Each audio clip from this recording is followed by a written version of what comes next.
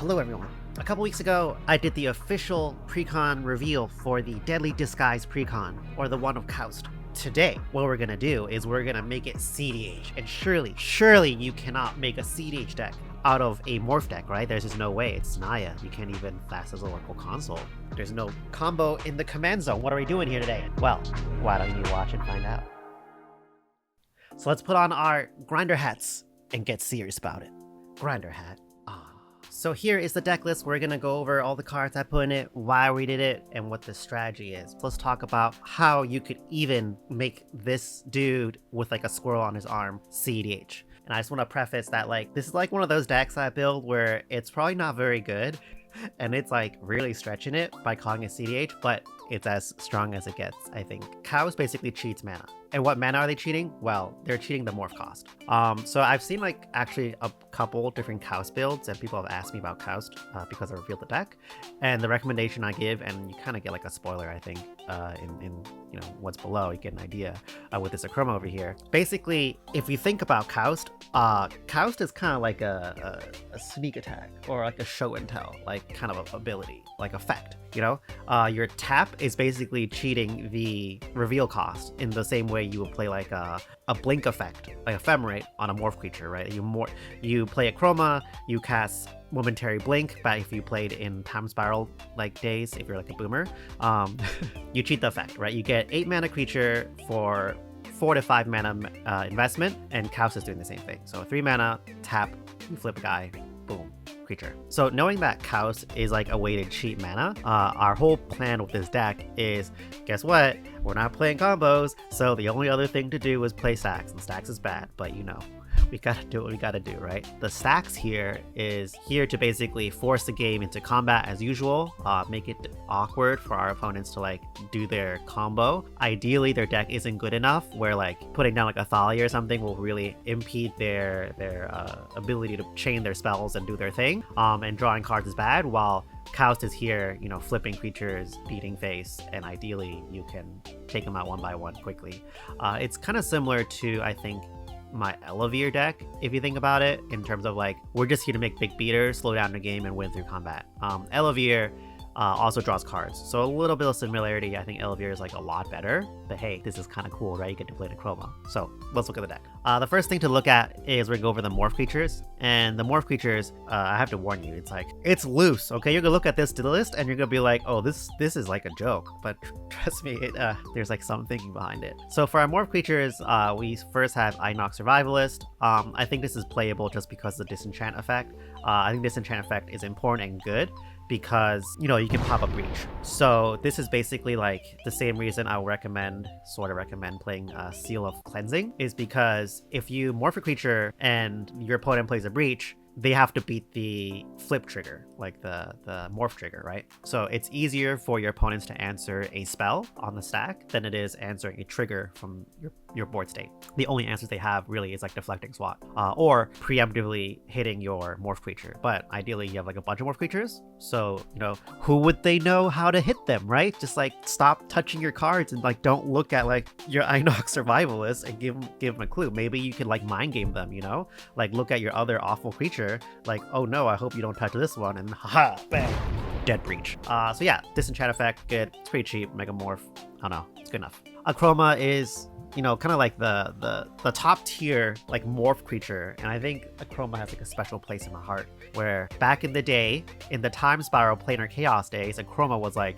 the control beater. Like you play an Achroma, control decks cannot beat you because of protection from white and blue. It's got flying flample, you can pump it with a fire breathing effect, and then like you cheat it with a momentary blink. It's a pretty cool deck. Achroma, kind of similar thing here, basically just like one of the best beaters we can have. You cheat it, you play it, attack, swing, tap Kaust, flip Achroma, draw a card off the thing. And also, I think Achroma, actually funnily enough, here is kind of hard to kill because they have protection from white and blue. So that like eliminates almost all the relevant single target removal on creatures, which is like Chain of Vapor, Swords of Plowshares, all the other stuff. I think the only thing that like really kills Achroma that's like realistic is like Fire Covenant, I guess, or Deadly Relic. I think that's it. You might have like some other kind of creature removal spells. I can't remember what, Snuff Out maybe, but like that's pretty loose. At this point, like I think past Deadly Relic, Fire Covenant, we're not seeing anything else. So Achroma, if you stick in if you flip an Achroma pretty quickly, and like, you know, we're planning on making this deck like turn 1 Kaust, turn 2 Land Crypt, Morph, turn 3 Swing, pretty good, right? You could even go faster potentially depending on how you ramp, but that's the idea. Exalted Angel, basically another like passable beater. I don't think it's like that good, but basically you're getting like a 6 mana creature for 3 mana, which is, you know, kind of good, and you also gain life. So in the situation where like life matters, you know, this flying beater kind of keeps you in the game a little longer. Crozen Cloud Scraper. Wow, they really, you know, made their naming sense a lot better since Tempest. I don't know when. No, this has been Onslaught, right? That's where Morph came from. At the beginning of your upkeep, you can sacrifice this unless you pay 2 green, or like green, and then you morph for 9. And it's like a 10 mana creature. It's a 13/13. That's the only reason why it's here, right? Maybe like you want to keep it around. I think the tax might be like maybe too much, or it's fine depending on the board state. But you're getting a 13/13 like very quickly. Like 2 claps from this dude, like I'm pretty sure your opponent's gonna start sweating, right? Like maybe one clap from one of his 4 arms is gonna like, you know, put the fear of God into your opponent. So that's kind of like the theme with this deck, is a lot of the Morph creatures we play on paper aren't very good, but because Kaust cheats the flip, we're playing all of them because now they're like really, really good. You're getting 10 mana's worth of effect for 3. Great, fantastic.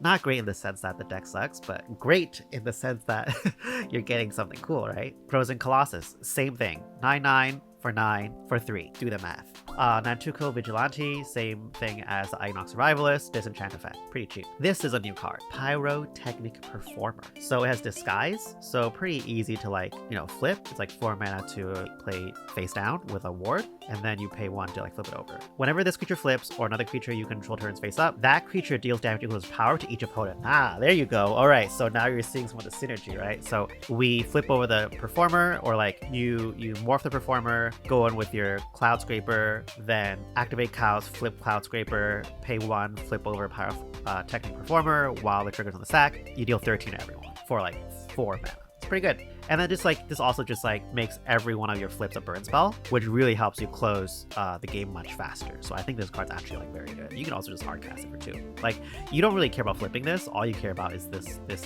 static trigger. No, it's a trigger ability. Rift Burst Hellion, 7 mana, reach, 6/7. That's it. That's it. It's a beater. That's gonna be our answer for a lot of things. Root Elemental, 6 mana. Whenever this dude is turned face up, you may put a creature card from your hand into play. So this is a way to now imagine like Magic Christmas Land, you attack a Root Elemental face down, flip it Kaust, then cheat in the 13/13. Boom, you're good. Salt Road Ambusher. This one is whenever another permanent you control gets turned face up, if it's a creature, you put 2 +1/+1 counters on it with Megamorph. So like this one of those concept right here, Morph, Megamorph cards. I think this card is like kinda okay. I think if you want like a cut for something, I would cut this one. It's just like fine. It makes all your creatures a little bit bigger. If you flip 2 or 3 creatures, that's 4 to 6 extra powers worth like you get from just Salt Road Ambushers. So the more creatures you flip, the better rate you get, like, or the better return you get from this creature. So I think it's fine. I think another thing with a Kaust deck, there's like 15 more creatures. I think this is like as low as you can go, because the whole point of this deck is that Kaust like lets you cheat mana by letting you flip creatures for free. So we want to make sure that we at least have enough like creatures to flip per game, where like it's your commander's doing something. I think anything lower, you just end up being like a bad NAYA deck with like a really cute synergy, which this deck is. But at least we have enough like Morph creatures, ideally, that there's like a good reason to play this commander. I think that's like a good thing to like stop on. It's just like when you build decks like these, I think it's important to like, you know, recognize it's bad, right? But also realize that like we're playing commander because, you know, we want to leverage the commander's effect. So let's make sure that we make our deck unfair because of our commander and not like the other way around. You can make a completely unfair deck, but why? Without a commander. Segmented Crotique, 6/5. That's it. It's a worm. Actually, insect. Titanic Bullvox, 8 mana, 7/4 of trample. Unyielding Gatekeeper. So this one is whenever this gets turned face up, exile another target non-land permanent. If you controlled it, you can return it to the battlefield tapped. So you can actually use Kaust to flip this over, then you exile one of your morph creatures and it comes back unmorphed. Or you can use it to like hit something else. Otherwise, the controller creates a 2/2 white and blue detective creature token. So this is pretty good because the disguise cost is only 2, so very similar to our Survivalist and our other Nantuko dude. This thing just kind of like hits anything important. It hits a Ristic Study, it hits like a Breach, it's like flexible enough to be good. Vengeful Creeper, 5 mana, 5/5. And when this turn face up, you can pop something. I think this one is a little different than your other Survivalists and stuff because the disguise cost is pretty high. But the benefit of this is that like it's a 5/5, you know, same like we're playing this thing, right? Because it's 6/5, so 5/5 is good enough. But what's good about it is that it also comes with a disenchant effect so that you can like attack, swing, flip, pop a talisman, right? Like comes with just like an extra effect. So I think it's worthwhile. Woolly Loxodon, 7 mana, 6/7. That's it. It's a big beater. Elephant Warrior, you know? All these creatures are here to like scare our opponents. Like hit them. I think like I went through all the morph creatures and these were all like the biggest attackers that I knew I could find. If you want to add more, you can. I would just recommend, you know, make sure that you're adding like morph creatures with a relevant effect. So either like removing something that's popular from the meta or threatening your opponent's life totals or synergizing like with your board well. Okay, so then the next thing is Morph Synergy. We have Cloud Shift and Ephemerate, so you're wondering like, why are we playing this if Kaust can flip himself?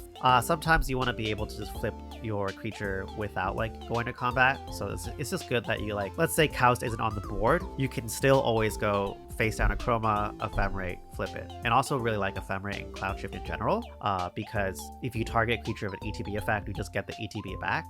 So if we think about mana, think about it like you can think about Ephemerate like a ritual with Dockside, right? You spend 1, get back X treasures, or like you spend 1 and target like a Eternal Witness, you're up 2 mana because you get a E-Wit ability or effect or regrowth for 1 mana. So anyways, that's just a little bit of theory there. All right, Master the Unseen. This thing here is like not super duper good, but it's kind of cool. And basically like whenever a permanent you control turn face up, you gain 1 life for each creature you control, so giving you another passive like source of life.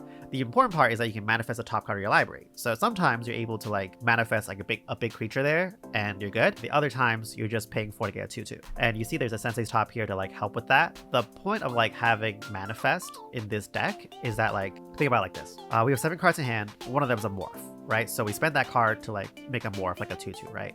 Master of the Unseen and Scroll of Fate both basically is effectively drawing us a card for like a lesser cost. So for imagine 4 mana here, if you couldn't spend it in like a turn cycle, you're able to convert a card into a beater, right? So you're not really drawing a card, but like you kind of are. So the same way as Scroll of Fate, you play for 3 mana, every turn cycle you're able to convert a card from your library into a 2/2. And all our cards suck, right? So it doesn't matter what we put down as a manifest, right? Ideally we manifest like a morph creature that we can turn up Kaust. Anyways, the fact that these 2 cards can just start turning our library into attackers, I think is kind of good. And then like Kaust can flip them over, you know? So it's like kind of a way to like cheat that mana. Everything's cheating mana here. Seaboard Muse. The reason why we're playing Seaboard Muse here is because sometimes we're like morphing a lot of creatures and we want to we want the ability to spend that mana to flip those creatures between each turn cycle. So let's say there's like a Survivalist, an Exalted Angel, and you only have like 4 mana, right? So like 1 turn, you know, you didn't spend your mana, you can untap, flip over Exalted Angel. It doesn't make sense because we have a Seaboard Muse, but just go with me here. Then another turn cycle, you know, you're able to like tap 2, flip over the Survivalist, pop a Breach. So I think it's just this deck can use mana that way, so you know, good enough. Boltbender, I think it's just like kind of cool to like redirect a spell. We don't really have that many good interactions, so just being able to tap 2 to like misdirect something is pretty good. Experiment 12 is 4 mana, and then whenever Experiment 12 or another creature you control turn face up, you double its power by putting +1/+1 counters equal to its power. It's a 4/4 disguise 5. This thing basically like makes your board really, really powerful very quickly. Like if you have this and you flip over the Skyscraper, Cloud Scraper, whatever it is, it's a 26/26. Your opponent's really gonna swing with Experiment 12. So I think this is good. Print Lifter Ooze. This one is whenever this creature is turned face up or another creature you control is turned face up, you make an Ooze creature token of Trample. That token enters the battlefield with X+1/+1 counters on it, where X is the number of other creatures you control. So the more you unmorph, the more creatures you get, and the bigger they get, right?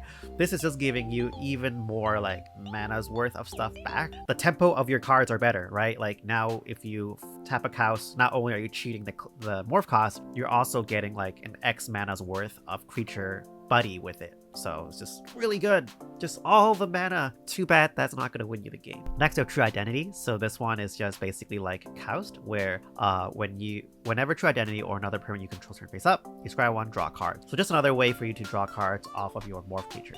Then lastly, we have Veiled Ascension. So Veiled Ascension I think is actually quite good, because basically when this ETBs, I put a flying counter on each face down creature you control. And also face down creatures you control, ETBs of a flying counter on them. And on your upkeep, you can cloak the top card of your library. This card's doing like a lot of things. The first thing is that it's turning all your morph creatures permanently flying. Turn it face over with Kaust, whatever, right? Like it just ETBs, and also if it's on the battlefield, it just has a flying counter. So it just makes your 13/13 creature now a flyer, which is good, hard to block. Then the fact that on your upkeep you get to cloak the top card of your library, if like we go back to like our permanents over here, is doing the same thing, where like now you're getting like a flying beater, right? So with these two cards and also your Veiled Ascension, you kind of have like an engine here where you're converting cards for a very low cost into a 2/2 flyer, which can accumulate pretty quickly if you have enough turns. So like cEDH, like I don't know, a standard game of like tier 1 decks goes for like what, 5 turns at most.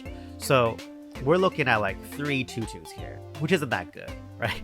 3 2/2s. Let's like think through the combat steps. Like you get 2 damage, then 4 damage, then like that's kind of it. But if you're able to drag out the game a little bit more, then you're gonna get a lot more damage out of it, right? So that's the name of the game, right? We're here to drag out the game and how many rounds there are to maximize the potential for our damage, right? The more time we create, the more damage we deal. So it's like super important for us to like stacks out this board with pressure. Without pressure, this deck is bad. This deck's already bad, but without pressure, this deck doesn't do anything. So I think that's an important thing to like remember when you're playing Stax, is that you have to have pressure. You're not a control deck. You're a deck with like threats, right? So if you mulligan into a hand of threats, it's actually better to me than a hand with just stacks, because a hand with just stacks just stops the table. Great job.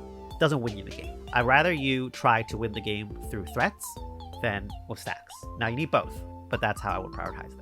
All right, let's continue with the deck list. The next thing are the staples. So I think this is just like random cards that I can't find a category for. Angel's Grace. I like generally don't really love Angel's Grace, but we're playing it here because we can't really do much on like stack interaction. So this at least makes it awkward for your opponents to try and go for it. Like if they proactively silence or put like Grand Abolisher effect, just throw down your Angel's Grace and make it awkward for them, right? They can always Final Fortune out of it, but at least you make them like have the Final Fortune or play to that board state. And sometimes, you know, someone might like assume they can go fast with Thassa's Oracle Consult because you're a NAYA deck and you're like, suck it, Angel's Grace, keep playing. So it's like fine enough. Destiny Spinner. This card's really good, I think, because a lot of creatures are a lot of spells that matter for this deck is creatures and also enchantments. So just like we don't have stack interaction that much, so let's just not waste it like trying to protect our spells and just play a Destiny Spinner. Grand Abolisher is good, even though we don't combo in this deck. I think Grand Abolisher is good in general because like we just want to be able to do our things uninterrupted. There is a danger that you allow your opponents to Phantasmal Image this or Gilded Trinket, and then we lose. So maybe that's a reason why you don't play this. I don't know. Like, if we lose, we lose. We're playing Morphs and cEDH. So, like, I'm not really stressing that. Minsk and Boo. I think Minsk and Boo, Timeless Heroes, is just, like, a good card. You get to make a beater. You get to draw cards. You get to put 3+1/+1 counters on the thing. You sacrifice, deal damage, draw a card. Like, it just does a lot of stuff, right? So, good enough card, I think, for our colors. Rhythm of the Wild, same reason as Destiny Spinner, just here to protect our creatures. Also gives them haste, which is kind of important, or gives them +1/+1 counter to make their, just make them stronger. Saracen, I think, is a good card. Turn 1 Saracen, always a pretty strong play. Wilderness Reclamation, same reason as Seaboard Muse. Just gives us more mana to play with. Here's our land base, nothing too special. We have the Seiju, and like, that's kind of it. We have this card that's new from Murders at Karlov Manor, where you can force everyone to sacrifice an artifact, an enchantment, or a creature flying. I assume it's always going to be enchantment because we're 6-study meta, or like draw blue enchantment meta. For one green, it's like super good. So here's our interaction or our instant speed spells. We have Deflecting Swat, you know, our commander's cheap, so easy to just swat like an effect. Endurance is good, you know, Shuffled Graveyard, all that stuff. Also 3/4 with Reach. It's like not bad actually. Force of Vigor, you get to exile one of our awful green cards and destroy 2 enchantments or artifacts. Pretty strong in my opinion. Our cards don't matter. Just like don't forget that. Like at the end of the day, our deck is so bad and so awful. The card quality is so low that you don't even care if this card says exile too, because you're like, they were gonna do anything anyways. So I'll go down 2 cards to blow up your 2 good cards. Don't forget that. We're playing Stax. Our cards don't matter. Nature's Claim. Yeah, we know what this does. Pyro Blast and a Red Elemental Blast. If you haven't seen my other videos, I'll say it again here. These 2 are like must-haves in cEDH. Just like all the best cards are blue. Crom, you know, Thassa's Oracle. All the counter spells. Just all the good cards are blue. So there's no reason why you don't play this. If you are in like a meta where there's no blue, God, that's good. You know, you're just happy. You're like, okay, I'll happily play 2 useless cards, do nothing cards in my deck if that means my meta has no blue, right? You're totally happy as the NAYA deck playing a 13/13. Play this card. Okay, mana. For our mana sources, we don't have that many. We have Chromox. Usually, I'm not a fan of Chromox in like these kind of decks because I know I just said like our cards don't matter, but they like matter a little. So, if we spend a card to like power out a thing, like it really has to be because like we have to make an impactful play, and losing a permanent or a creature or a beater to a Chromox is actually kind of a high cost. However, we're kind of mana hungry, right? We're trying to hit 2, then 3 pretty quickly. So I think the Chromox is a fine trade-off. Dockside's like Dockside, right? Always play this. Just like, there's no reason why you don't. Mana Crypt is especially good here. Mana Crypt is like always good, but especially good when our key number to hit is 3, right? You can go Land, Crypt, Morph, and then Ephemerate, or Land, Chromox, Kaust. I guess you will also play Mana Crypt there. Anyways, you get the point. 3 is good. Let's just play Crypt. Mox Diamond is good. Mox Diamond's like interesting because our land count is low enough where like a lot of times it's a dead card, but we do want to play Kaust like turn 1, like as soon as possible. So I think it's fine to just play this just to be able to do that quickly and have access to more mana. Like cEDH is all about like being able to have impactful plays as soon as possible. So I think you're okay with the trade-off. Soul Ring, we know what that does. All right, these set of cards. These cards are, as you can see here with the category power, are synergizing with the power of our creatures because we play 13/13, 6/7. It's like our creatures are, you know, high in power, right? So let's play with things that synergize with them. So Duelist's Heritage, make that 13/13 a 26/26 or whatever, give it double strike, right? Or any of our creatures, like even a 6/7 deals 12. So attacking 1, give it double strike, do a lot of damage, apply that pressure. We don't have that much time. We have to do as much as we can to deal as much damage as possible. Greater Good, we're able to turn that awful creature into a massive draw source. There is a drawback to this though. The drawback is that our deck doesn't, as you can see, doesn't have as much mana sources as like other decks. So just be mindful of like, if you draw 13 cards, you actually might not be able to play all 13, like, you know, half of those cards, even a core of those cards, because our mana base is a little strained. It's kind of ideally, I think it's designed to like have 3 or 4 mana or 5 mana at most. And we don't have like, our spells are kind of big. Like we're trying to do 3 drops every turn. So just like keep that in mind. It's a good way to like refresh your hand and have like some quantity of interaction and like make sure that every turn you're taking action, putting down a creature, flipping it, all of that, right? But don't get greedy with this because it'll be bad. Life's Legacy is exactly the same thing. You sacrifice a creature, draw cards equal to its power, and also I think you gain life, right? No, you just draw cards. I think it's something else. So same thing, just be careful with this. Silverblade Paladin, same thing as Duelist's Heritage, just you play this to give a creature double strike. If that creature gets removed, you put another one down, soul bond wanted to give it double strike. Great Henge. This is a mana source that, well, I mean, I think we all know what Great Henge does for all the casuals. It costs X less, where X is the greatest power among creatures you control, so up to 13. I make it sound like we're gonna have the 13/13 every game, and I feel like we should, so let's just go with it. This thing should easily cost green, and then afterwards it taps for green, gains you 2 life. Whenever a non-token creature ETBs under your control, you get a +1/+1 counter on it, and draw a card. So on the note of like Greater Good, right? Greater Good gives you like a big burst of cards, which is kind of cool, but we're not a Storm deck. We can't unload all those cards. So actually like a drip feed of extra draws like this is better for our deck. We can reliably play through all the cards we're drawing and not wasting the draws. I think that's like something kind of interesting to think about, like when you're designing your decks, just like how good is drawing, right? Eventually, because you're limited by your mana output, eventually you will hit a point where you are strained on your mana and you can't spend all your cards. So the extra draws becomes basically card filtering, which is also good. Card filtering is very good in this format because you kind of want the right answer at the right time, depending on the board state, and given that it's singleton-like format, like it's pretty good. But our deck is here to play creatures, stacks board, beat face. There isn't that much more to it. So Great Henge, I think, is good. Removal. Alright, let's look at some of these removal spells. Cast into the fire. Why are we playing this? It exiles target artifact. What does it exile? It exiles the One Ring right here, right? There's a lot of One Rings out there. This is a modern sideboard card that gets brought in, I think, or maybe it's main board. I don't know. I used to play it. It's just here to get rid of the One Ring. It can hit like all the other artifacts, but mainly just the One Ring. Alright, Fury. I really like Evoke Elementals because we've been talking about how like you get strained on mana, right? You're drawing cards, you're not able to spend all your mana to do the things, and you're drawing extra cards, right? And our cards are bad. Our cards, like, card quality is low. Being able to evoke an elemental and then like get their effect for free is actually quite good.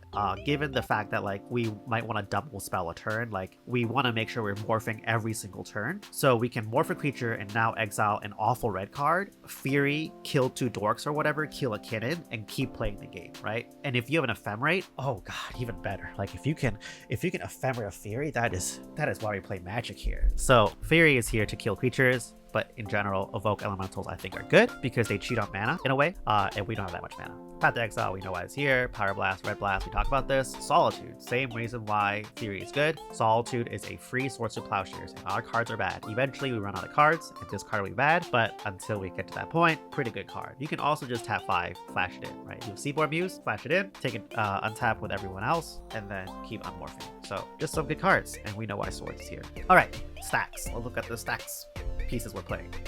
Blood Moon. Alright, I think Blood Moon is like very mediocre in cEDH. And like the reason why is all the really good, the really top tier broken cards are all red. The fact that you're denying like colors and making red is not that big of a like deal breaker, right? They go Dockside, you lose. Or convert that red mana into mana rocks and make color, doesn't matter, right? I do think Blood Moon does matter though, because I think mana bases are extremely greedy in cEDH, and the colors, like most spells are really color intensive in terms of like most of your spells is just a colored pip and nothing else, right? Swan Song, a tutor, everything's 1 cost, everything is a color, right? If you're able to Blood Moon someone and they don't have the Dockside, it like actually does impact quite a bit, right? Because then they're like forced to have the Talisman, or forced to have the Arcane Signet, or forced to have that basic land to Chain of Vapor the Blood Moon or whatever, right? So I think Blood Moon is bad, but also good in certain contexts. And when it comes to stacks, you're never gonna have the right answer at the right time, like all the time. The best way to play stacks is that you have a form of pressure and you throw down enough like BS Staxx cards that like the entire web of stacks becomes just so annoying for your opponent to like play through that it buys you enough time to kill your opponents. So like remember that's what we're here to do, which is why like Blood Moon, totally mediocre card, but part of your chain of BS, perfectly fine. Chalice of the Void. Chalice I think goes on 0 or 1. 0 to stop an LED and also a lot of the rocks. 1 to stop tutors and like a console specifically, and 2 if you want can stop a Thassa's Oracle I think, and also Breach. This stops most win cons. I think 2 is actually really strong, but if you don't have enough mana, you know, 0 is perfectly fine. If you open it with Chalice in hand, just like go with 0, just do that. Doorkeeper Thrall. This is pretty good. This is a new card from Murders at Carve Manor. It just stops all ATBs, like a Torpor Orb on a creature. It also stops your own ATBs. So going back over to Solitude and Fury and Endurance, it stops the ETB effect, but it also stops the evoke. So if you want to cheat in a 3/3 double striker, you can do that. It just stays on board. I think this and also Hushbringer is just good because a lot of cEDH decks now leverage like ETBs as like a primary source of, I don't know, effect. Like Gilded Drake, Dockside, that's Zoracle, I don't know, Endurance, Reclamation Sage, the Manglehorn, I don't know, a bunch of other stuff. And just having these things to deny that effect, I think is quite good. So we do have like one Dockside here, but it's like a fine trade-off. I think a lot of people have mentioned, like a lot of people ask me, like, when you play Stax decks, you know, what do you do when your own Stax like disrupts your own board, right? I don't really care. We have a bunch of other things to do. There are certain cards that are just so powerful, you have to play them, like a Dockside, right? The fact that you play Hushbringer doesn't mean like you shouldn't play Dockside. Sure, if you play Hushbringer turn 1, then you top deck a Dockside, it feels bad. But eventually that Hushbringer is gonna go away, right? Then you get to play Dockside. Or you just want to design your deck where you can maximize like your mulligans to hit your Dockside first, and then like Hushbringer. So don't worry about that stuff. Like, just recognize that we're here to play powerful cards, even though this deck sucks and most of the cards are really bad. We're here to try to play really, really good cards, and sometimes they're just not going to synergize, and that's fine. We'll just live with it. Magus Lamoon, same reason why Blood Moon's here. Just on a body. The cool thing about Magus is that, I don't know if it's that cool. If someone tries to pop it with Swords of Plowshares, you turn your Ephemerate or your Blink spell into a counter spell by blinking your creature. So just like, it's a pretty common play pattern I learned from like playing 4C, but just like using those blink effects as counter spells. So if someone tries to pop your Linvala, then like blinker. Linvala is really good right now. I think like Kinnan, you know, is a thing. So Kinnan, Dorks, I think having a null curse totem effect on a creature is like pretty strong. The next thing is we play No Rod. So you'll notice that we don't have that many mana rocks, and that's because we play No Rod. So back on the subject again, where we have like mana rocks and also No Rod, we just live with it. It's fine. Pithing Needle. I really like Pithing Needle because Pithing Needle is like bad in the sense that it's only got one target, right? You have to like proactively name a thing, and you have to know like what it's stopping. I do think it's really good because in the right, like, I don't know, in the right matchup, this card is like an all-star, right? Like if you're playing against Kinnan, and like we've got no game against Kinnan. Like our game against Kinnan is hope that they just suck, right? Like we have a turn 1 Trinisphere, or like their hand was bad and like didn't have that many mana rocks, and like we have a Linvala or something, or we have removal. They're just like isn't a real game, right? So one of our options is that we go turn 1 Pithing Needle, Kinnan, suck it. Or like they might have kept like land, dork, and then through those dorks play Kinnan. Sometimes it happens. Like we actually just can't stop mana abilities, but it stops the Kinnan ability. So I don't know. I think Pithing Needle is like pretty good. Rest in Peace, stop the breach, I don't know, effects. And also like stops Yogg's Will. People like to use their graveyards, not anymore, suck it. Torpor Orb, same thing as all the other ETB effects, anti-ETB effects. Trinisphere, so Trinisphere I think is really good, stops the storm decks, slows everyone down, and we don't care. Our whole deck operates on 3 mana, so you know, us playing Morph Creatures all day, we're like, that's fine. That's the world we live in. Welcome to our world. Yasharn the Piggy is really good. Piggy ETB finds you a basic, but also then players can pay life or sacrifice non-land permanents to cast spells or activate abilities. So this Piggy stops like all land fetches. It also stops Fire Covenant, anything that like requires to pay life to do things, as it says. And it's just like really disruptive. I find that like, I don't know why I don't see Piggy that much, but like Piggy just stops everything. Like I've seen people go like turn 1 Piggy and everyone's like, oh, my hand's all full of fetch lands, I just lose now. So Yasharn's good. Play Piggy. Tutors. We have these 2 tutors, and basically how you're supposed to use tutors is you're supposed to use them to find like the effect that you want to stop most of the table like sooner. When you're playing Stax, you want to be like 1 step ahead of everyone. So that's how you should be using this. Most of our cards aren't worth finding. Like they're all stupid beaters. They're all like, sorry, let's not be mean to our Morph Creatures. They're all semi-impactful to the board state. Our tutors aren't like Tutor Thaz Oracle, right? Like that is not the quality of effect we're getting here. So generally what we're doing here is like, if we're playing against a Kinnan or something, we want to find Linvala. If we're playing against a Storm deck, you know, we might want to find like Hushbringer faster, right? That kind of thing. That's what it's here for. When you're Captain Eos, one of the best cards in the format, Silence effect is strong. We probably need to play Esper Sentinel in here. I think that's a miss, but yeah, we could do that. So play Esper Sentinel. We'll fix it at some point. That's it. That's the deck. So that is my Kaust cEDH. God, I can't call it cEDH. It's so bad. That's my Kaust max power morph deck. And if you enjoy STAX and you got this precon and you have some STAX cards lying around, maybe try it out. Maybe try putting those two things together. I think it's pretty interesting. I think this is how I would try to break Kaust's ability. So even if you don't play cEDH and you're just trying to have like a high power deck, I will play as many big beaters as possible so that your Kaust can just unflip all of them and go to like pound town. Because who doesn't want to be in pound town? Anyways, thanks for watching. If there is a precon you would like me to soup up and try to make into cEDH, barely passable cEDH, let me know in the comments below, and I will build it sometimes, maybe. If you like the concepts I talked about in this deck and want to see other cool brews and brew with me, go check out my Patreon. The lowest tier gets you access to my Discord, and the Discord is full of intelligence and knowledge and a community of pretty cool people, I might say. And the person running it is pretty darn cool. So come check it out. Subscribe. Subscribe. What are you doing? Subscribe. What's taking you so long? Just do it. Okay. Bye.